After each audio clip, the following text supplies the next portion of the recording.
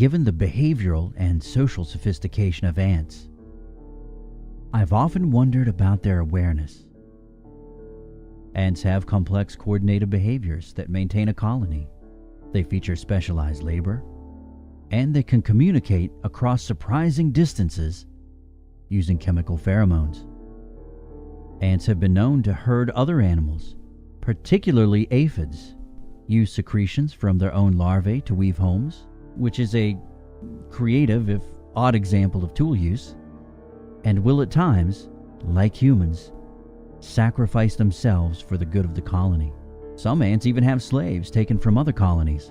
These factors make ants sound intelligent and a bit too human-like.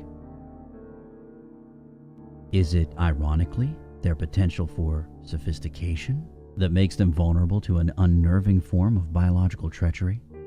To what does this question refer? Let me be direct. Did you know that ants can be mind-controlled? At least it appears that way. Liver fluke larvae can sometimes be found in snail slime, which is sometimes eaten by ants. The larvae then take over the ants and command them to place themselves in positions in which they are likely to be eaten by grazing animals, so that the parasites can then inhabit grazing animals. The ant actually sacrifices its very life to perpetuate the life cycle of the larvae. This so-called relationship is a dramatic representation of parasitism. Ants, in fact, are victims of more than one such parasite. A tropical fungus discovered in 1859 infects ants and causes them to hang themselves from a leaf until they die. The fungus then grows from an individual ant's head and releases fungal spores. In at least some cases, healthy members of an ant colony can detect the infected among them and carry the unfortunate Vespoidean away from the colony to prevent mass infection from the forthcoming spores. I find myself questioning, what if ants are aware? How does it feel to be forced to lockjaw yourself while waiting on fungi to burst forth from within you? What if ants can think? What is running through their minds as they are compelled to climb atop foliage to wait to be eaten? My questions then begin to lean toward the question of control itself. Does the controlled organism believe that he or she is acting in his or her own interest? Or laboring toward a higher goal?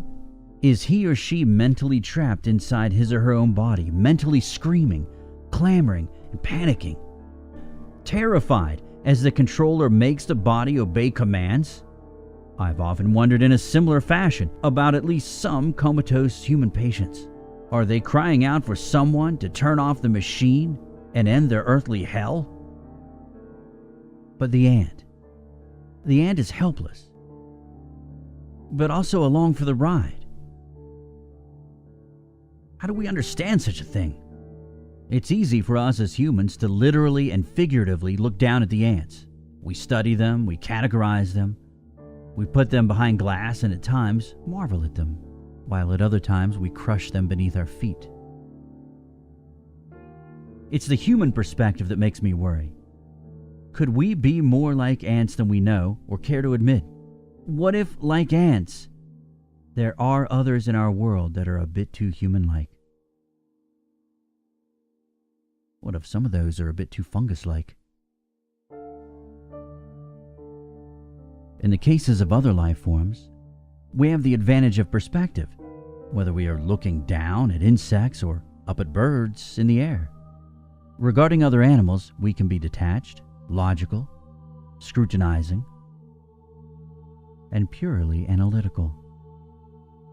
Yet even as a therapist cannot treat herself, even as a prophet should expect no honor in his own country, we see ourselves through the refracted mirror of our invested perceptions. I wonder how often it is that human minds are hijacked. How would we know? How much do destructive religious beliefs constitute mind control? How much like the ant is the suicide bomber, or any gun-wielding fundamentalist? How much is the obsessive quality of romantic love misconstrued biology or cultural conditioning? And what of other religious beliefs and cultural principles that condemn egocentrism and avarice? Isn't it supposed to be love and devotion that rip us away from our respective paths of self-interest and guide our efforts towards sacrificing ourselves for the well-being of others? How much of virtue is actually the insidious programming of unseen overlords? Virtue. Now that's a loaded word. Humans have been arguing about the specific meaning of virtue for as long as the word has existed in any language. Socrates thought that knowledge was virtue, or at least knowledge could lead to an understanding of virtue. Many religions believe that putting God first is a virtue, even if it means sacrificing one's own son, a la Abraham and Isaac. Viking virtues included honesty, hospitality, and self-reliance, but also clearly included the ability to commit great mayhem and relieve others of both wealth and life. Virtue. The word is damnable, and the practitioners of it often brook no criticism or questioning, and loyalty, be it to God or the needy, is an axiom, or so some would want us to believe. Among those some is my beautiful and loving wife, Amelia. She is a treasure. She is loving. She is giving. And she is so virtuous that she has alienated herself from her husband. Or, that is to say, that she was those things and had done that thing. I'm not sure of the most appropriate tense. As a nurse, Amelia's work is never-ending and ever-demanding. She often knows more than the doctors do, and she often has to make up for the ignorance or indifference of others with her own knowledge and determination. She learned her virtues from her mentor, a doctor named Clara Minot. Dr. Minot worked for many years as an expert diagnostician. She saved many lives, and my Amelia admires her. Or admired. Again, I'm not sure which is the most appropriate tense. There are some things about which I remain confused. To be honest, I always found Amelia's devotion to Dr. Minot to be excessive. Amelia was always at the doctor's beck and call, leaving a romantic dinner, getting up in the middle of the night when called, canceling road trips. It was all a bit much. I had no suspicion that their relationship was sexual in nature. One of Amelia's virtues was faithfulness, or maybe is.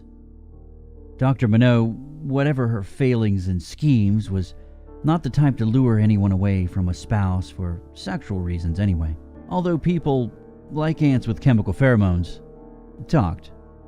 The changes began shortly after Dr. Minot's own illness. The nature of her condition was never properly explained to me despite my questioning of Amelia. At some point, Amelia snapped at me whenever I asked. Maybe Amelia didn't understand the sickness either. Maybe the other doctors didn't. I was out of the medical loop. I was patient with Amelia. She was losing her mentor and her friend. She was under a good deal of stress. I could put up with a bit of snippiness. Visits would find Dr. Minot lying in a hospital bed in an otherwise underused wing of the hospital. She had privacy, something she valued. The woman, who seemed younger than her apparent years to me, began to age rapidly. About 5 weeks or so into her illness, she looked practically elderly.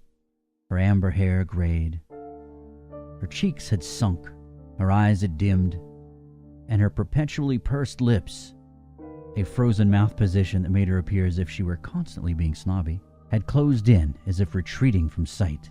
The ailing woman had always been polite to me, if a bit curt. Actually, she'd never been particularly warm with Amelia. Her manner could be characterized more as commanding with my wife. With most everyone, she was masterful without being downright rude.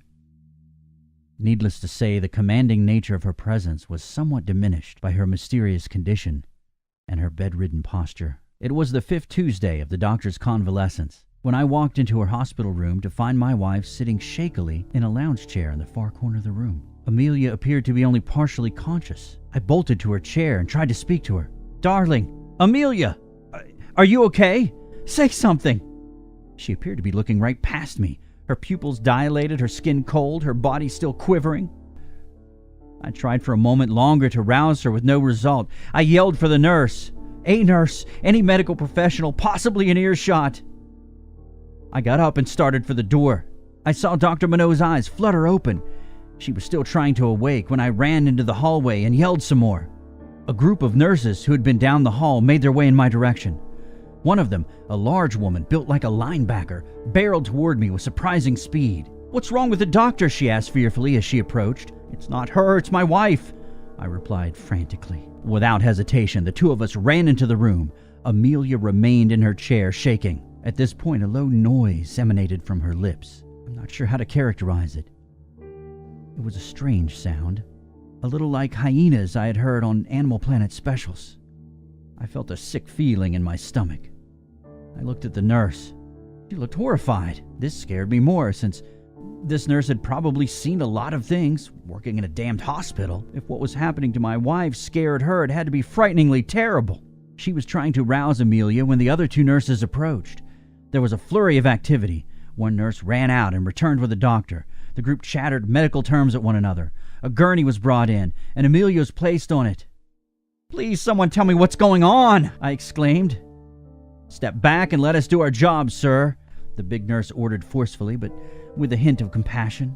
A room was ready, and action had to be taken. The doctor sprinted ahead, while the nurses scooted out of the room with my wife on a gurney as one of its wheels rattled like a tiny machine gun. "Where are you taking her?" I yelled. "Not now," the big nurse yelled back. "We'll let you know." I stood outside the room in the hallway and watched helplessly as the nurses and gurney rounded a corner, and I continued to listen to the tiny machine gun rattle as it fired away and faded. Not sure how long I stood there, stunned. At some point, I started looking around, becoming aware of my surroundings. I noticed Amelia's scrubs folded neatly on the back of the chair in which I had found her. Instinctively, I shuffled toward them.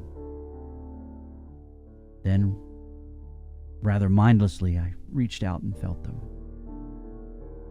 Stared at them for what seemed like several minutes. Then I heard movement behind me. I turned to see Dr. Minot sitting up in bed, gazing at me intently. "Don't worry. Dr. Langdon is an excellent physician," she said. "Did you see what happened?" I asked. "What happened to her?" "She was perfectly healthy when I went to sleep," the woman replied. "Whatever it is, it must be some sort of acute attack. Dr. Langdon will figure it out." At that point, I noticed Dr. Minot's pallor was slightly better than it had been for some time. Most noticeable was the color beginning to come back to her blue eyes. They seemed brighter and more alert than they had in weeks. "You seem a bit better," I said, sort of absent-mindedly, as I stared out toward the nearby doorway. "I hope so," she said with a bit of enthusiasm. I went back into the hallway and wandered around the hospital for some time. I asked around for my wife, but no one had any information, or so they said. Then they scuttled away. I found my way back to the room, thinking that the nurses that took her would come back looking for me. I sat on a small metal chair across from the chair upon which still rested my wife's scrubs. "Gonna be okay," Dr. Minot said. "They'll take good care of her." I looked up at her. She smiled faintly. I'm not sure I'd ever seen her smile. "They'll figure it out and take care of her. I guarantee it," the doctor said with what, for the first time, appeared to be an inkling of warmth. I gazed at her for a moment. I was surprised again to see, for what I thought to be the first time, a kind expression from her, gazing back at me. "Thank you," I said. I got up again and wandered into the hallway. The hospital had become dead silent. I saw not a single doctor, nurse, or orderly up and down the adjoining hallways. I yelled aloud, "Where? Where is my wife? And what the hell is happening to her?"